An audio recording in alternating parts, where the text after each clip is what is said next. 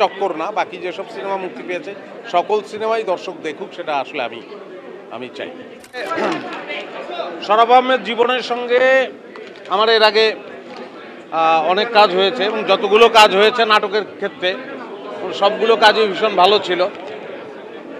তো এই কাজটার ক্ষেত্রে যখন আমাকে বলা হয়, আমরা যখন স্ক্রিপ্ট পড়তে যাই, স্ক্রিপ্ট পড়ার সময় আমি খুব এক্সাইটেড ছিলাম যে চরিত্রটা দুর্দান্ত এবং এই চরিত্রটা করতে হবে। তার জন্য শরাফ আহমেদ জীবনকে যদি কিছু টাকা দিতে হয় তাই দেবো। চরিত্রটা আমার ভীষণ তখনই পছন্দ হয়। তারপরে কাজ করতে শুরু করলাম।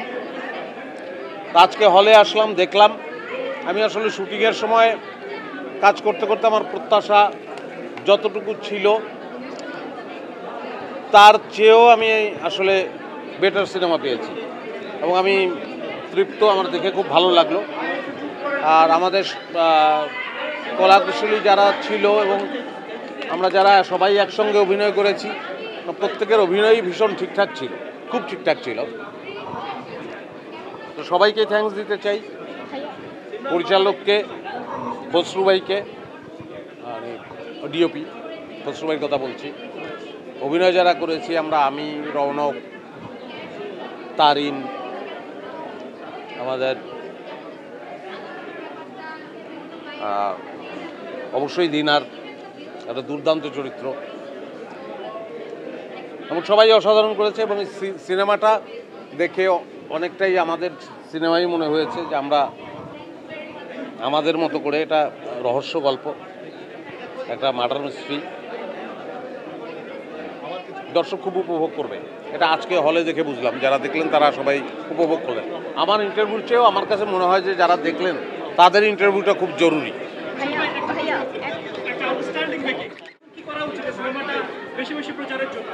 আচ্ছা, এই বিষয়ে আসলে আমার কোনো অভিজ্ঞতাই নেই, প্রথম কথা, যে কি করা উচিত। এবং আর একটা শব্দে আমার আছে যে পাল্লা দেয়া। প্রথম কথা হচ্ছে পাল্লা দেয়ারই কিছু নাই। আমার কাছে মনে হয় এটা শরাফ আহমেদ জীবনই ভালো বলতে পারবে যে তার সিনেমা আমি যদি কখনো বানাই, সেটা আমার সিনেমা, আমার মতো বানাবো। পাল্লা দেওয়ার কিছু নাই। কোনো সিনেমা দর্শক অনেক দেখলো, পৃথিবীতে এমন অনেক সিনেমাই হয়েছে যে সিনেমা দর্শক অল্প দেখেছে, কিন্তু তারপরে সেই সিনেমা অবিস্মরণীয় হয়ে আছে। কিন্তু আমার দেখে, আপনার দেখে যেহেতু বললেন যে আপনার ভালো লেগেছে, তো আমার মনে হয় যে ভালো লাগবে সবারই। আমার মনে হচ্ছে যে এই সিনেমাগুলো যদি, আমাদের সিনেমাগুলো আমরা দেখতে থাকি, তাইলে আসলে শরাফ আহমেদ জীবন পরে আরেকটা সিনেমা বানাবে, সেখানে আমি জোর করে ঢুকে যাব অভিনয় করার জন্য। আমি অভিনয়টা করতে চাই এবং সেই অনুকূল পরিবেশটা চাই, এবং শুধুমাত্র চক্কর না, বাকি যেসব সিনেমা মুক্তি পেয়েছে সকল সিনেমাই দর্শক দেখুক, সেটা আসলে আমি চাই। জানতে চাই যে আপনি শরাফ আহমেদ জীবনকে বেঁধে রেখেছেন, তার আসলে দোষটা কি যার কারণে আপনি তাকে বেঁধে রাখেন? ও আচ্ছা, সেটা ব্যক্তিগত অনেক কারণেই আছে, সামনেও বাঁধবো।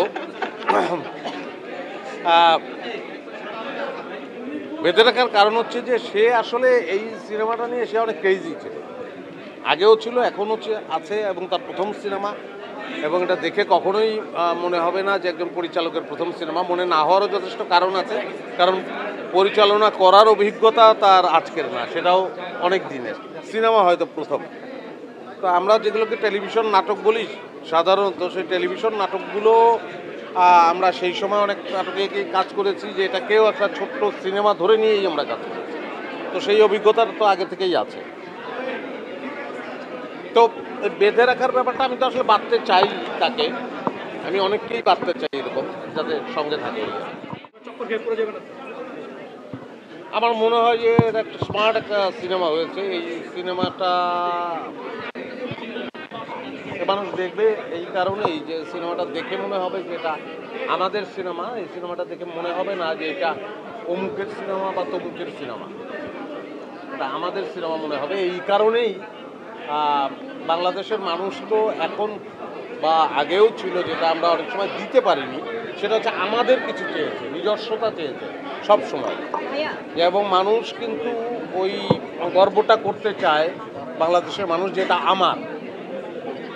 আমার মনে হয় এই সিনেমাটা দেখে মানুষ বোধ করবে যে এই সিনেমার বানানোর ধরন, এই সিনেমার অভিনয়ের ধরন, এই সিনেমার গল্প এটাকে আমাদের মনে হবে। এই সিনেমার বানানোর ধরন দেখে মনে হবে না যে এটা অমুক দেশের সিনেমার মতো।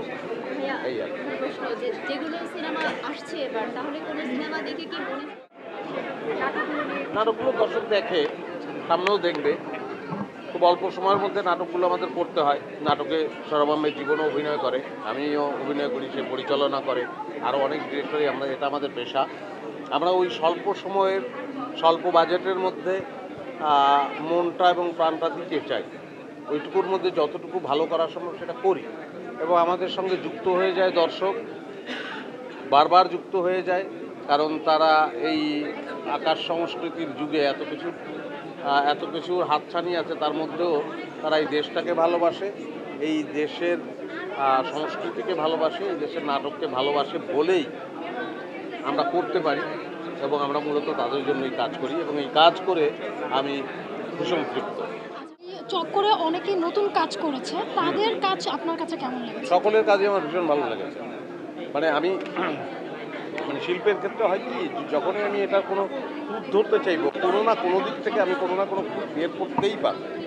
কিন্তু আমার এক দেখায়, আমি এতটুকু বলবো যে এক দেখায় আসলে সকলের অভিনয়ই আমার ভালো লেগেছে, এবং আমার খুব ভালো। এই রিয়াকশনটার জন্য তো ভীষণ পরিশ্রম করেছি আমরা, এবং আমি একজন অভিনেতা হয়েও পরিচালকের সঙ্গে আমার অনেক বাহাস হয়েছে, অনেক তর্ক হয়েছে যে না, এই জায়গাটা বোধহয় আমাদের, আমরা পরস্পর দাদু বলি, দাদু মনে হয় এই জায়গাটা এই হওয়া উচিত, এই চেঞ্জ আসা উচিত ছিল, বা এই জায়গাটা অন্য জায়গায় করতে পারতাম। কিন্তু ফাইনালি আমি এসে যখন দেখলাম যেই ভাবনাগুলো আমার মাথার মধ্যে ছিল, হ্যাঁ, সেই ভাবনাগুলো এখন আর আমার মাথায় নাই। যেগুলোকে আমার আগে মনে হয়েছিল যে এই ত্রুটি, এটাকে আর একটু ঠিক করা দরকার, এখানে যে আমি সিনেমাটা দেখে আই এম হ্যাপি।